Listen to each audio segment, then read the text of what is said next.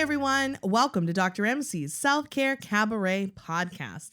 I'm Teresa Melito-Conners, a doctoral level educational administrator and mental health practitioner focused on helping you, our world's helpers.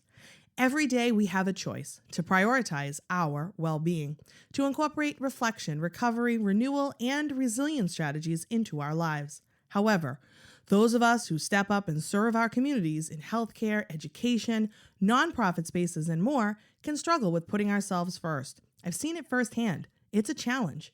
Enter Dr. MC's Self-Care Cabaret. Here, we have real, intimate conversations with leading experts passionate about accessible, sustainable self-care in its 10 domains. It's all about the hard work we can take on together to find our spotlight. And it is a great honor that I welcome Dr. Claudia Welch to the podcast today. Dr. Welch's work has been an important part of my personal healing journey. I'm going to tell you a little story. Years ago, when I started studying Ayurveda, her book, Balance Your Hormones, Balance Your Life, was recommended.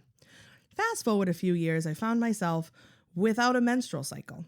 I, like many young women, went on birth control to avoid pregnancy at around 20 years old. I read through the scary pamphlet that the doctor gave you that came with the birth control and all that good stuff, and I even asked some questions. But at the time, I was brushed off, and my doctor said something to the effect of, they have to put those disclaimers there if, one person has an issue. Don't worry about it. And back then, what did I know? I trusted the medical professionals without question. Then, around 2015, as I said, my period vanished altogether.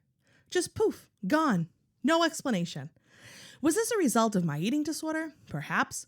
Was it because I had been on synthetic hormones for many years at that point? Maybe. But I wanted answers. I went to several doctors and I went through some really uncomfortable testing and nothing. I was told maybe I have PCOS, but no testing could confirm it. I also did not want to get pregnant, so I was terrified to come off of birth control. The doctors just shrugged at me and said, well, you don't want to get pregnant, so you don't have a period, don't worry about it. I think I always knew in the back of my mind that that was not healthy. So let's fast forward again to the summer of 2020. I dug out Dr. Welch's book as I was looking to heal my body further after being in recovery for eating disorder at this point for a few years. I decided it was time to really read this book. And when I reached her chapter on synthetic hormones, I stopped dead in my tracks. Birth control is still classified as a carcinogen. A carcinogen. WTF. I was displeased. And in that moment, I decided that was it for me. My husband and I discussed it, and I stopped taking birth control. The journey over the next 3 years has been rather interesting, and I have learned so much about my cycle and hormone health that I never learned before. And that's infuriating to me, but a completely different story. The good news is my period came back on Christmas Day of 2020. Thanks, Santa. The bad news is it was very irregular, all over the place. Severe cramping, heavy bleeding, clotting, no rhyme or reason or when it would arrive. So, late summer 2021, I went back to the doctor seeking answers, a different doctor. And again, I was disappointed. I was put through another battery of tests, and alas, no answers. The doctor wanted to send me for more invasive tests, and I said no. Instead, I started receiving acupuncture.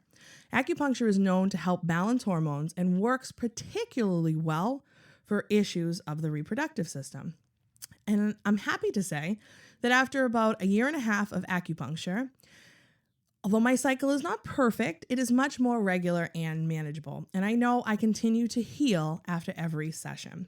I'm learning things about my body and hormones thanks to the work of Dr. Welch and others, and I love that.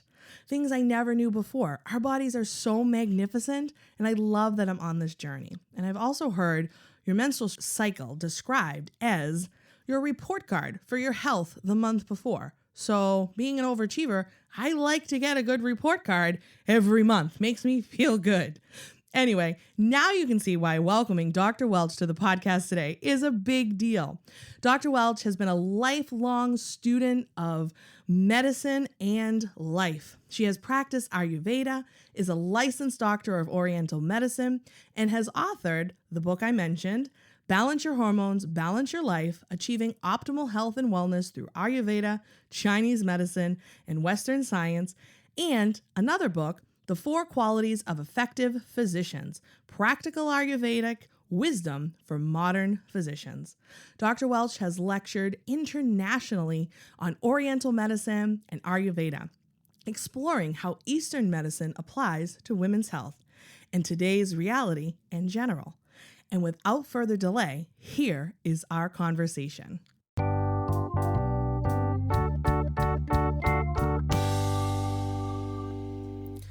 All right, Dr. Welch, we are up and running. Thank you so much. This is such an honor. I'm easily starstruck, but I feel like I have a celebrity on my podcast right now. It's my great pleasure to be here, Teresa. Thanks for inviting me. Thank you. So I love to ask my guests, kind of the first question I usually dive in with is, tell me about your self-care practice. What does that look like? I would say that the main, most important thing, and the answer to many questions for me, is to listen to my innermost essence to the best of my ability and act in accordance with that. So that applies to that is the ultimate self-care for me, because that is the ultimate self. And that is the voice that knows what care that I need. Mm-hmm. And so if I'm listening to that, that will be pretty clear about whether I should do something, shouldn't do something, or or if I should wait until it becomes clear what I should do. So this applies to self-care. This applies to conflict resolution. This applies to what do I eat? This applies to, do I go out tonight or do I stay in tonight? This applies to, is this a good day to skip taking a walk? Is this a good day to take a little extra long walk? So it's that the main thing for my self-care is that, because I do have a daily routine that I do, but that gets affected by the needs as expressed by that innermost essence. So I would say first thing is every day that's so important to me is practice listening to that innermost essence. And second thing is have the courage to act in accordance with it. Yeah. That's really beautiful. I'm always saying in my work that we're just so disconnected from our physical body. We run around from thing to thing and let all these outside influences kind of guide how we behave instead of turning inward and listening to our bodies. So I think that's a really powerful practice. I always start my workshops by asking people, how are you feeling? And like, sometimes it takes people like a second. They're like, I don't know. Like, just take a minute. It's just, how are you feeling right now? No wrong answers. Yeah. And then, the thing with that is, Teresa, is we're not only disconnected from our bodies, we are disconnected from that innermost essence. We don't even know what we need. We don't even know what balance feels like. So, one of the reasons I think that we tend to outspend our emotional, physical, and financial and spiritual resources day after day after day is that we are not practiced at listening to, we're disconnected to that in the voice of the innermost essence, and may not even know what that is. It's not the intellect. The intellect has serious limitations. Everything can look good on paper, and it turns out like SHI, or it looks terrible on paper and ends up being a successful route of travel. And so it's not just the voice of logic, and it's not just the voice of emotions. Emotions can be up and down and all over the place and hide what our innermost essence is saying. And it's not the voice of seduction saying, oh, if you do this, you'll be thinner, richer, more powerful, more lovers, more stuff. It's not that voice. And it's not the voice of fear. It's not the voice saying, oh, don't do that, because if you do that, my life will fall apart, or I won't be able to pay my bills, or I won't be able to, have as much sex, or I won't be able to have as much money, or I won't be able to have XYZ. That voice of it, it's not any of those. It's something underneath and unmanipulatable and uninfluenceable by all of those things. Do you have a practice that you recommend for folks to maybe help tune in to that voice? Well, I think all the saints throughout history, whether it's Rumi or Jesus or Muhammad or, or shamans, anyone is going to give us prescribed different practices, different prayers, different spiritual practices. And any one of those is, at its essence, my main teachers have taught me at their essence, they are turning us into ourselves, turning us into that, kingdom of God is within you kind of language, but less denominational, less denominationally, but everything is turning us into that. So to that voice and that essence. So there's all different kinds of spiritual practices, but basically anything that is turning us inward to listen to that. So that could be as simple as, if we're not following a teacher or a religion or particular practice, my teachers have been very clear with me not to teach people meditation practices or mantras or things like that, because then you take on a certain level of responsibility that we're ill-equipped to take on if we're not of the caliber of Buddha and Christ and certain gurus and so forth.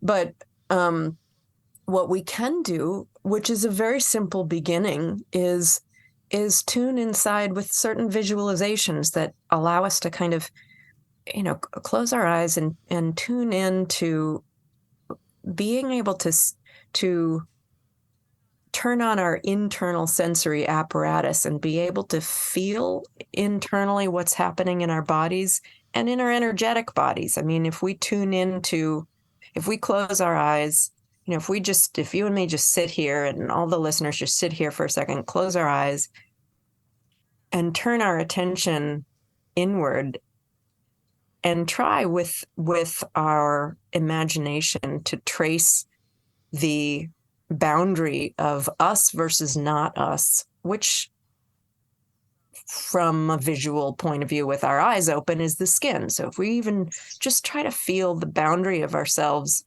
at our skin, it's difficult to feel that boundary all over the place. Maybe you feel the skin a little bit on your fingertips or where air is blowing or something, but we don't actually feel, when our eyes are closed, most of us, that the boundary of us is at our skin. So that if we take one step beyond that, there's this, what they call the pranamaya kosha, the prana body, the life force body, which extends out beyond our skin to a certain point. And, you could call that your aura or your energetic field or some other kind of new agey thing. And by whatever name we call it, right, there's this sense that we don't end at our skin. And so just if we close our eyes and bring our attention to this kind of force field that we feel is us, that permeates the physical body, but doesn't end at the boundary of the physical body, doesn't end at the boundary of the skin.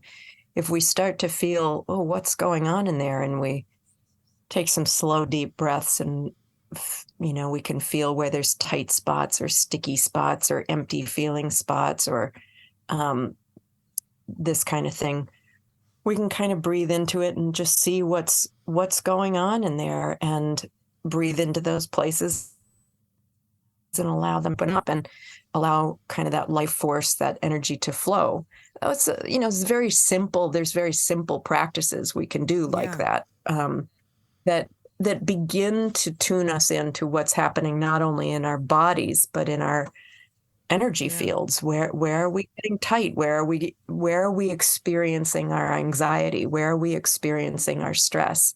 And that may not just be in the muscle tissue or in an organ or something. It might just be this energetic feel that we can say, oh, okay, well, when I breathe it, when I feel stress, where am I locating that in my being? And can I breathe into that and let that release? And so it's not a very intellectual process or even an emotional process. It's an energetic process that can help us start to hear that, more of that innermost essence. Yeah, that was beautiful. Thank you.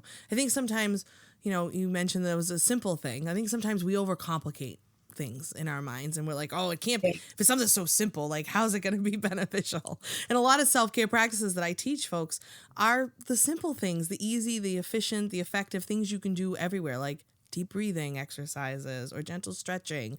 Like those, you don't need anything special to do that. So I love that. So in the introduction, I did share how much your book, Balance Your Hormones, Balance Your Life, impacted me, and how special that book is to me. And in that work, you talk about, you really stress the idea that it's far easier to maintain your health than to have to regain it. And I think that kind of ties into a little bit about what we were just talking about. But can you explain that or maybe share a bit more about that? Yeah, sure. And before I do that, when we hear that, when we think, most of us who have, reached beyond 35 years old, there's something going wrong somewhere. And so it can feel a little discouraging to hear that it's easier to maintain health than to restore it. So just off the bat, I'll say that almost everybody gets into a situation where something is wrong and we have to regain or restore health. And that's entirely possible many, many times. So, just to have that kind of hopeful outlook as we go into this topic that, it's true and it's also possible to restore and regain health. So nobody should feel too discouraged. Right. But yeah, I think it's fairly self-explanatory that it's sort of like if we take a metaphor, if you're keeping up a house, if you live in a house and you're keeping up with it, the roof starts to leak and you're like, oh, the roof is leaking. I've got to take care of that leak. And oh, the window broke. We've got to take care of that leak. Otherwise there's going to be problems down the road. If we don't do that, what happens? The rain gets in, it starts to rot out the joists, and then the ants come and they start ruining the wall and they start opening up a hole, and then the mice come and then they have a place to set up camp, and pretty soon your house smells like mice and they've screwed up the insulation everywhere, and your house is it's going to take an enormous amount of money and work and effort to fix that. And if you haven't fixed the window, the weather's going to come in, it's going to start to rot things out. Sure. And, raccoons come through the window. So it's like that with the body. If you take care of those broken windows and leaky roofs right away, it doesn't have time to affect other organs and one organ more deeply and so forth. So yeah. No, I love that metaphor. And it's funny that you use a house. I always use, when I give like the definition, like a real formal definition of self-care, I use the foundation of a house as an example. Because if you have a cracked, weak, wobbly foundation for your house, you're not going to have a very long-lasting house. So I treat self-care as a foundation, the foundational way you care for yourself so you show up as the best you possible. So very cool. So now we just built on that house metaphor. I like that. Did you hear the news about our exciting new offering from the Self-Care Cabaret? We're calling it Talkback. If you're familiar with the theater space, you may have participated in a talkback before. After a performance, the cast and crew will come back on stage to chat with the audience and answer questions. Think of it as a casual guided discussion. Inspired by this and by popular interest, we've come up with a talkback for the Self-Care Cabaret podcast. Groups will listen to a podcast episode or two of their choosing, then I'll come and lead your discussion either in person or virtually of those episodes, expanding on the big ideas. It's a great option for groups looking for short, impactful professional development, or smaller teams looking to get an introduction to self-care and well-being. We have done a few of these so far, and let me say, they have been so much fun. So if you're interested in bringing a talkback to your group or organization, email podcast@drmcselfcare.com. And now, on with the show. So I do want to shift a little bit and start talking about like hormones specifically and women's health. So after reading your book, and it was specifically around, synthetic hormones and the use of synthetic hormones. I was on birth control at the time of reading your book. And after reading your book was like, I'm not doing this anymore. So thank you for that. Because I think it was where you talked about it being a carcinogen that really kind of sent me over the edge, where I was like, oh my, wait, what? Why? Why did I not know this? So I'm wondering if you can talk maybe a little bit more about that, and maybe like how people might know if their hormones are out of balance or if they're experiencing an imbalance. Yeah, sure. Well, let's take, those are two different things. Sure. Like there's the synthetic birth control, and then how do you know if your hormones are out of balance? And so let's take the second one first. How do you know if your hormones are out of balance? And basically, and this is also maybe going to be a little discouraging, but we've got to face up to what reality is before we can get into an encouraging place about it. So the discouraging thing is the simple basic idea here is that if you are under stress, you do not have balanced hormones. You can't.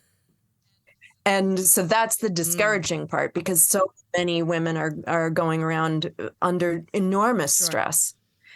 If that's happening, your hormones are not balanced. Your sex hormones will not be balanced. That's just the clear. And the longer that happens and the more intense the situation is, the more intense the stress is, and the longer it is, it could be chronic and mild, it could be chronic and severe, it could be a short amount of time under stress, but severe stress. Any one of those things is, even a short amount of time with mild stress is going to affect the balance mildly. So, but the longer and the more severe it is, the more severe that imbalance is going to be, and the more deeply that's going to take root and affect the endocrine system. The endocrine system being that system of the body that governs and manages hormonal balance and regulation. There's all kinds of reasons for that, but that's the bottom line. If you're under stress, your hormones are not balanced. So ways that you can see that playing out can be irregular hormones, heavy menstrual cycles, irregular menstrual cycles, heavy menstrual cycles, not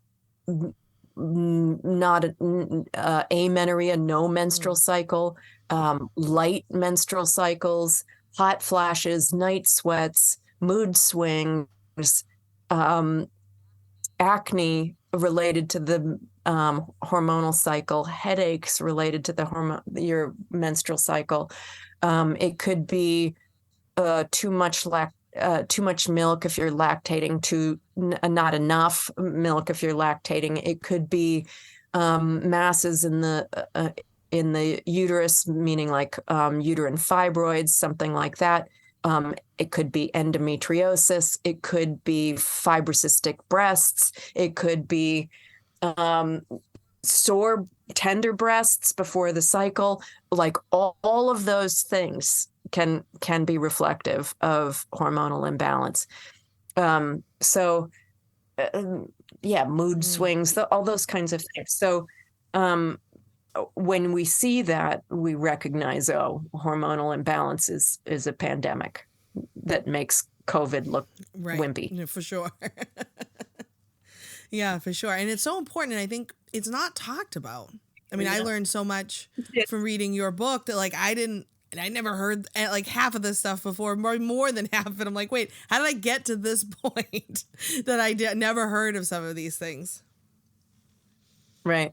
Well, in my particular life, I've talked about it so much that's like a nonstop topic of conversation in groups that I have. So the part one of your question was about birth control. And, this I do want to mention that I fully recognize that there are young women out there who are sexually active and will not learn their own cycles well enough to be able to sort that out without birth control, may not use condoms or may not have IUDs.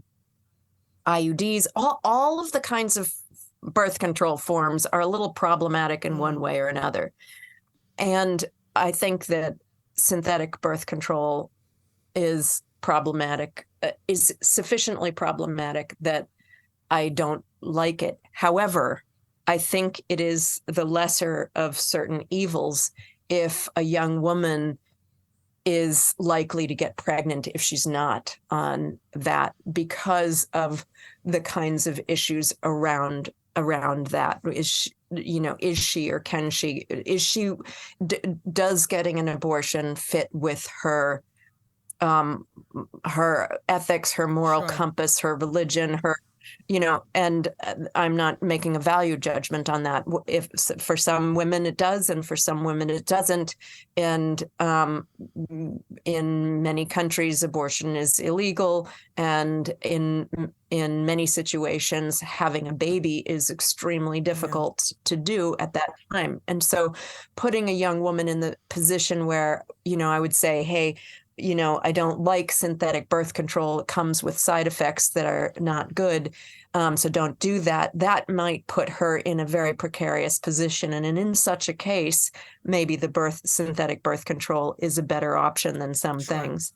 All else being equal, without political and religious and ethical and moral considerations, I don't like synthetic birth control. It comes with side effects. It never comes with no side effects. So it's just a matter of how much of a hit someone's going to take with those side effects, So there's a book that I know I mentioned and reference in Balance Your Hormones, Balance Your Life, that I think is a useful read for women who are interested in issues around the pill. And that's called The Pill, Are You Sure It's For You? By Alexandra Pope and another wonderful woman whose name I'm blanking on right now, but I love her. But anyway, it's a great book. It's an excellent resource. And then, and there's Toni Weschler's book. Here I am promoting other people's work, but these are really great works. Toni Weschler's book on fertility, which now I can't remember what that one's called either, but it's on fertility. It's Toni Weschler. Big one. It's very a really popular thick book. It's fairly thick. It's a big book, but after reading your book, and it's incredible about teaching us how to taking charge of your fertility. That's the name of the book, and that's what it does. And so it's interesting that information is helpful both in how to prevent unwanted pregnancies and how to achieve wanted pregnancies. The same information can help depending on where a woman is in her life.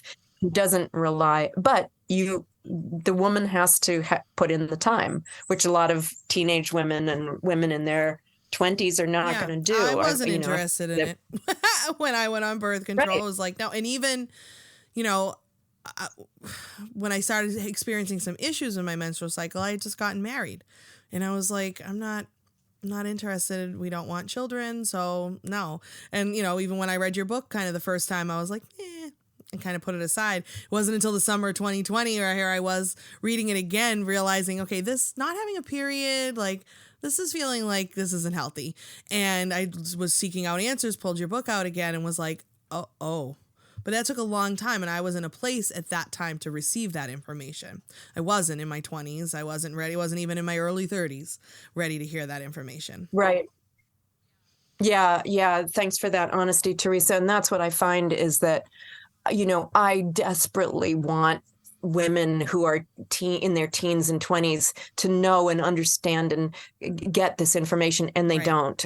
They're not interested until after 35, which is when, and I explain why this is in the book and in the Women's Health and Hormones online course, which I would recommend for anybody to take with the book, because it gives things that the book can't give and vice versa. They're a really good connection. But, I explain in the book and in that course why that's so, why at 35 we start seeing more and more problems. And it's at that point that women are starting to say, oh, yeah, all right. I occasionally in their early 30s, but almost never in the 20s. Yeah, I know.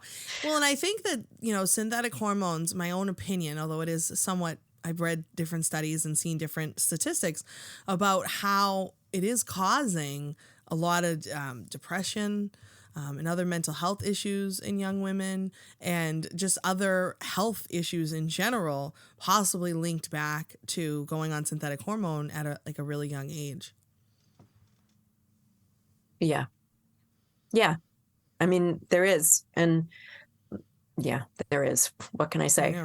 It's true. I mean, there's issues. And, so if we're talking about a young woman who is not going to figure out their own cycle, and who we recognize that, if they get pregnant, that's bringing in this whole other, level of complexity to their emotional and physical well-being. So if we're recognizing that, and synthetic hormones tend to be the answer for that, which synthetic hormones are going to be the least problematic? And I will say that as many problems as I've seen with day-to-day daily birth control pills, I would recommend that over injections that stop the cycle. Daily birth control pills are stopping the cycle. The bleeding that happens on the days you don't take the pill, that's breakthrough bleeding. It's not a real period. I just learned that. So I was, in the last couple of years as I've been doing this research, just learned that with a PhD, approaching 40 years old. Never realized that before. It's something, isn't it? There's a lot that we just kind of take for granted. But even with that, I think it's better than injection kind of stuff. I just saw so much suffering with women around getting off of injection forms of synthetic birth control that are geared to stop you from ever having a period. Yeah, I don't know. So what, you talk about in the book also, when we get back to like hormones and obviously like stress and playing a major factor in probably many of our lives, but you talk about kind of a lot about balance and the balance of yin and yang as it pertains to hormones. Can you explain a little bit more about that? Like what can we do? Don't be stressed. Sure. Yeah, right. Well, that's really it. I mean, don't be stressed. But that means, when we say don't be stressed, we have to look at where the stress is coming from, right? I mean, so I will say more about the balance, but again, we're in a two-part throwing a lot of questions here. Right. What do we do about it? What do we do about it? First of all, please read the book and take the course, because the course is,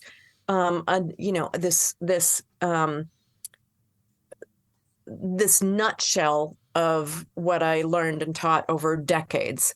And that nutshell takes 11 hours to share.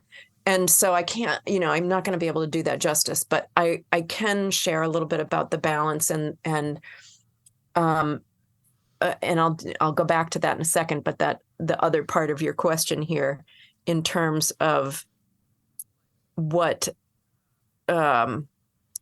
if we take the question, let me just kind of separate it out. So the question is, can we explain something about the balance, and what do we do to get back into balance? Is that kind of, all right. So let me take the first part, explain about balance. So there's a perspective that Eastern medicine, which is to say both Ayurveda and Chinese medicine, traditional Chinese medicine, and there are many other kinds of medicine out there, but I'm specifically looking at these two because this is where my training is.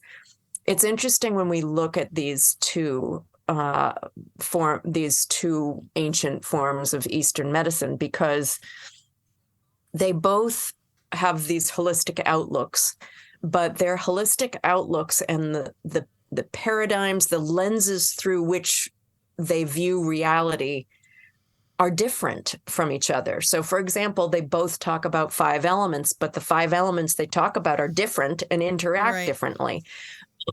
One of them talks a great deal about the internal organ systems, they call it, but the other one doesn't talk about that so much. And one of them talks about Vata, Pitta, and Kapha, these doshas, the body. Chinese medicine doesn't talk about that at all. That doesn't really have an equivalent. And you can try to massage things to make it be an equivalent. It doesn't. But one thing that they both have, which I find really fascinating, that there's these very different points of view on a lot of things in these two different holistic systems, but they look at this one, they use this one lens through which to view reality that is exactly the same in both traditions, and that's the lens of duality. And duality, is described the same way in both systems of medicine, and which leads me to feel this is a very archetypical way of viewing reality. These two separate cultures that came up with all kinds of different ways to describe and understand reality came up with exactly the same way to describe and understand reality in this particular lens, and this is the lens of duality. And what we've got is, on one hand, we've got yin, which is synonymous in Ayurveda with santarpana or brahmana gunas, qualities. These, and what yin is, what brahmana is this aspect of duality that is that we can describe using words like calming, building, nourishing, cooling, grounding. You get the feel of that, right? And on the other side of that polarity, on the other aspect of duality, is this yang, rhymes with long, right? Yang, if in Ayurveda it's called apatarpana or langana. You get this yang side of things, and the qualities associated with the yang reality is stimulating, motivating, lightening, heating, activating. This kind, you get that feeling going. And so when we look at balance in the human organism, or in any animal organism or plant organism, there's a balance of substance, which is the grounding, nourishing, building stuff, and sort of an energetic kind of thing, the stimulating, motivating thing, whether, some kind of activity in the organism. So we are prima donnas, human beings. We are prima donnas. On one side, we've got hot. On the other side, we've got cold, which are examples of yang and yin, yang being hot, yin being cool. So we've got hot, cold, 96.8, or 98.6, right? We've got this very narrow parameter in which we're comfortable, right?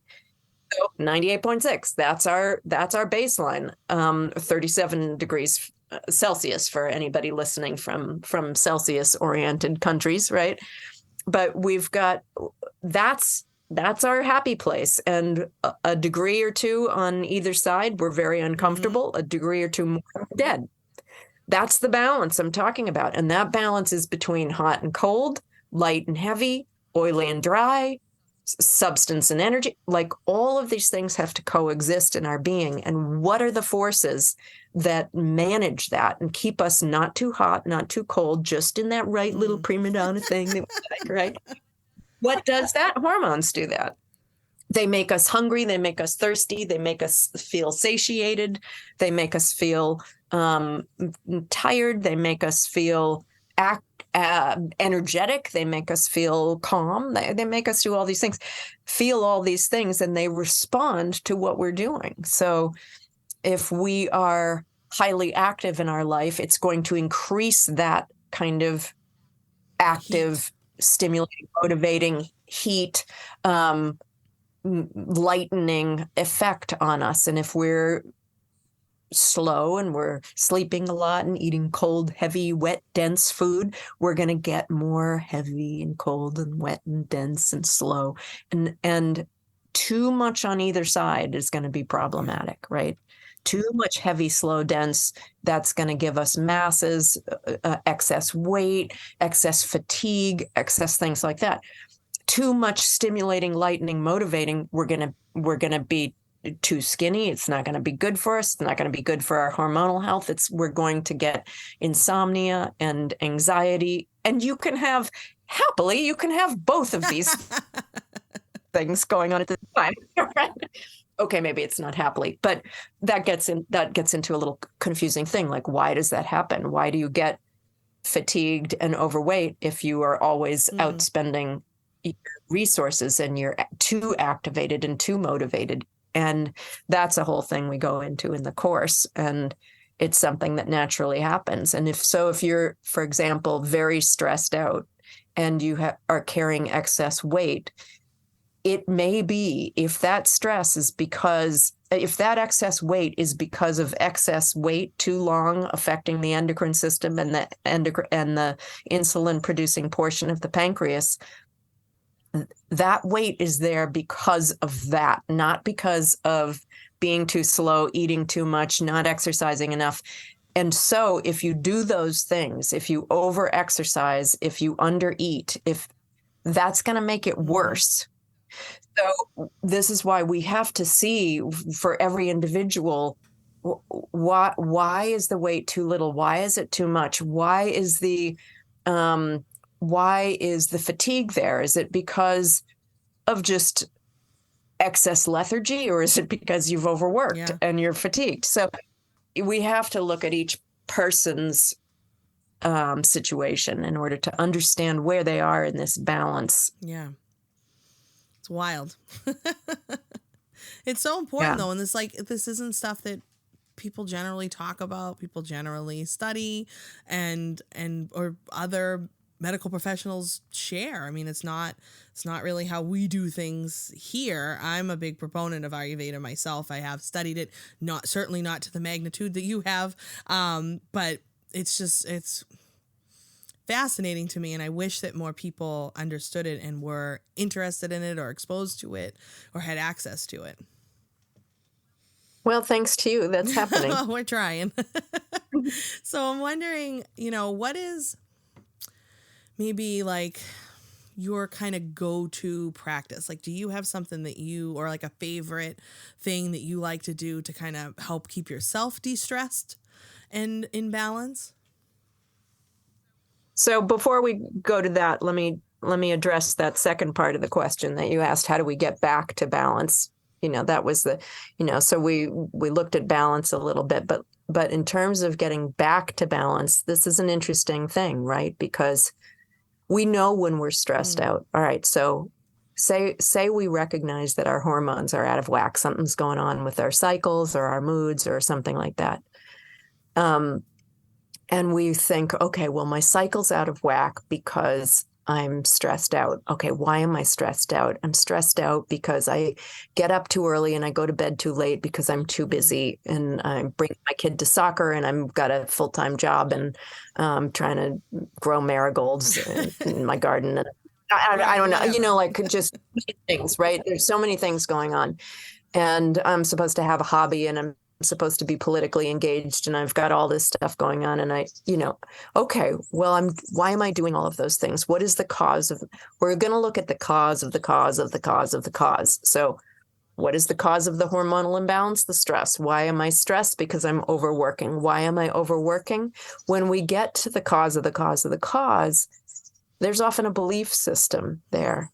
I'm doing this because I don't think I'm beautiful enough. I'm doing this because I don't think I'm thin enough. I'm doing this because I think I'm too thin. I'm doing this because I think I need more money. I'm doing this because I think my kids need a good life and this is the only way to give it to them. I'm doing this because XYZ, XYZ, XYZ. And it's that we've got to look at. Okay, well, why do I think this? And I think that what I've seen at the bottom of this when we start going down those rabbit holes are we're doing this because we're possessed. We're possessed by an idea of what success is. We're possessed by an idea of what beauty is. We're possessed by an idea of what a healthy work ethic is. I mean, look at our work ethic and what we say is a good work ethic. When we point somebody out and say, oh, so-and-so has a great work ethic, what does that mean?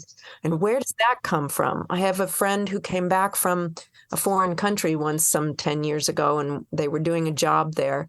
And they came back and they said, oh, they have a terrible work ethic in that country. They're so lazy. And like, whoa, all right, let's look at that.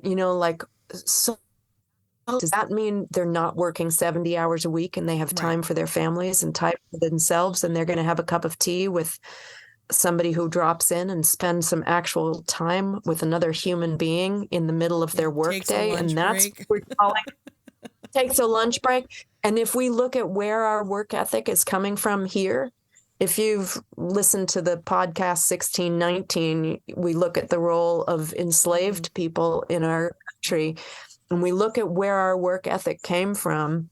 There was quotas that overseers put on enslaved people where they had to pick X number of bushels of cotton in a day.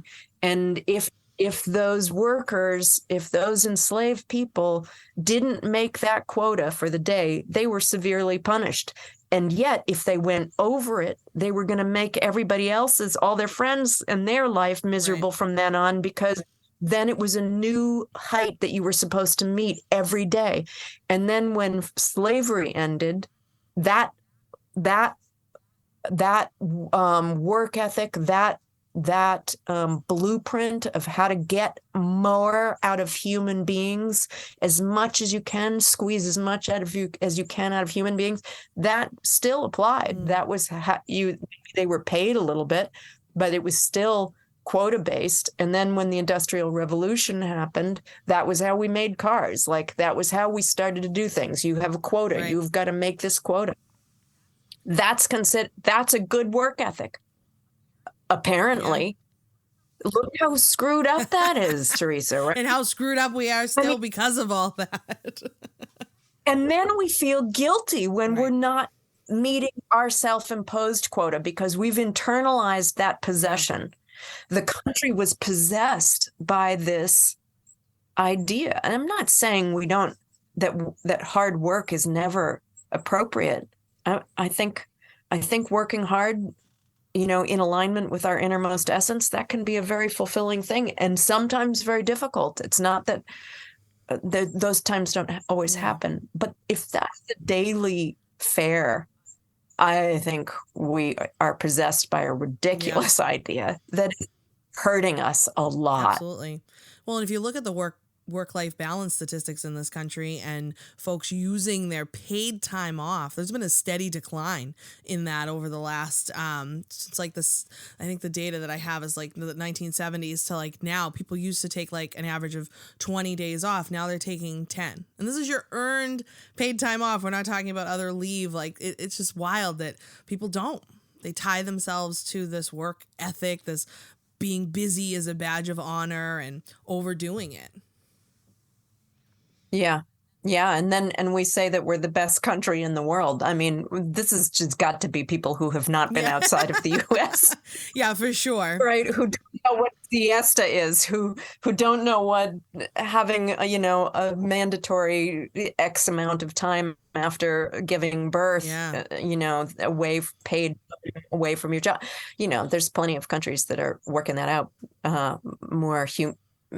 in a more, to me, human-friendly way. For sure. So how do we get back into balance? We look at what our belief systems are and what what belief systems are possessing us. What are we possessed by? Or, what we have some kind of cultural, societal possessions that seem to be possessing us on individual levels. We're buying them. And it's ultimately up to each one of us not to do that, I love that.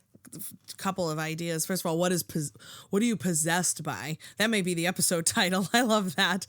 But also getting to like the cause of the cause of the cause of the cause, and getting like really peeling back those layers to see where you're at the root, what's at the root of your belief system. What is possessing me? What is possessing me to do what I do? What is motivating me to do what I do? And I think what I find a lot is fear is possessing us to do what we do, because fear that our lives are going to fall apart if we really start to live the lives we want to be living. Yeah. It's such an unusual situation, except it's incredibly common. It's so common that it's practically universal.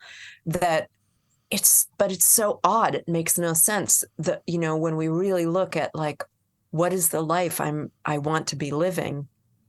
It is ironic, I don't know if that's the word, that it takes the most courage to live that life and not the life we don't want to be living. Living the life we don't want to be living is what many, many of us are doing. And I think we're doing it because we're afraid our lives are going to fall apart if we stop doing that.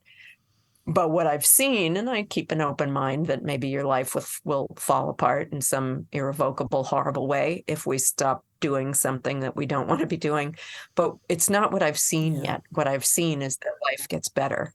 And I understand that fear. I understand that fear. I've felt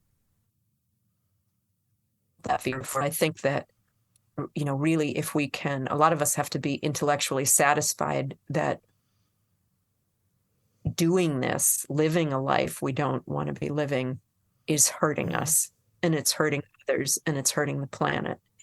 And if we're really satisfied with that, and we see the statistics and the health repercussions and all of that kind of stuff, then we may have the courage to take a little step and throw something out that we don't want in our lives, and see whether that's driving our kid to soccer every day, or working an extra 10 hours a week on something, or doing it, it's not that, we get to do everything we want to do when we want to do it exactly. Or maybe it is that, but it's that the things we want to do are not always easy, right? It's, it's not always easy to live the life we want to live, but we know what we want to be doing and what we don't want to be doing. So if we're doing something that we want to be doing but's hard, we can find the courage to do that, and that changes the physiology of stress. Whereas if we're doing something we don't want to be doing, we really don't want to be doing it, the whole physiology lines up against us. Right. We get punished twice. We get punished by doing the thing we don't want to be doing, and we get punished for doing it. It's like... in terms of our health and hormone balance. For sure. My goodness, thank you so much for sharing all of your wisdom and expertise with us. I think it's just so much to think about. And I want to make sure before we wrap up that folks know where to find you. We'll make sure your website and everything. You talked about your wonderful courses and your books. Make sure everything's linked in the episode notes. But if you just want to give us your website and maybe your social media handles for folks, that would be great. Sure. Yeah. So my website is www.drclaudiawelch.com. That's Dr. Claudia Welch, like the grape juice. There's no S in it. .com. And I think that my Instagram and Facebook handles are both just Dr. Claudia Welch.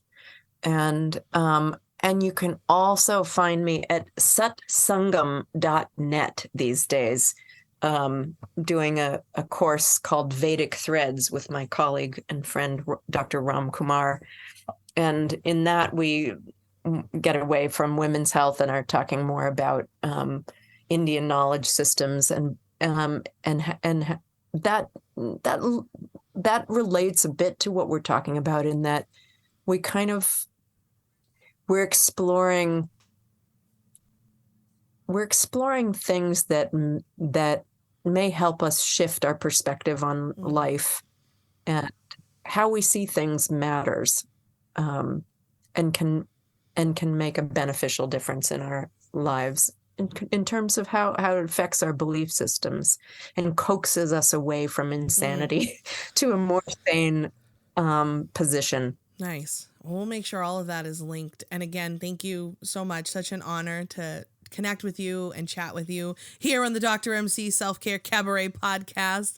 Very exciting. And just thank you so much. Thank you so much, Teresa, for all your good work. And thanks to everybody listening. Been a joy to be here. Awesome.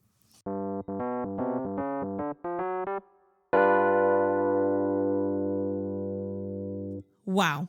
What an honor it was to chat with Dr. Claudia Welch. As I've explained, her book really changed my life when I was ready to digest and hear that information. I plan to share more about my healing journey in that regard in the coming months, so stay tuned for that. But really, Dr. Welch gave us so much to think about and consider, such as connecting to our innermost essence. And step 2, having the courage to honor that essence. What a powerful practice. And I love how she talked about getting to the root of what is possessing you. Much to contemplate. Love it. And thank you so much for listening. I hope you're feeling more energized and empowered. If you like what you heard here today, subscribe and leave a review for this podcast on your preferred player. Follow along on Facebook and Instagram at Dr. MC Self-Care and Dr. MC's Self-Care Cabaret on LinkedIn. You can also visit my website, drmcselfcare.com, for the latest updates and to sign up for my cast party, my e-newsletter. And if you're ever interested in having me present to an audience near you, email info@drmcselfcare.com. Thanks again, stay well, and do good.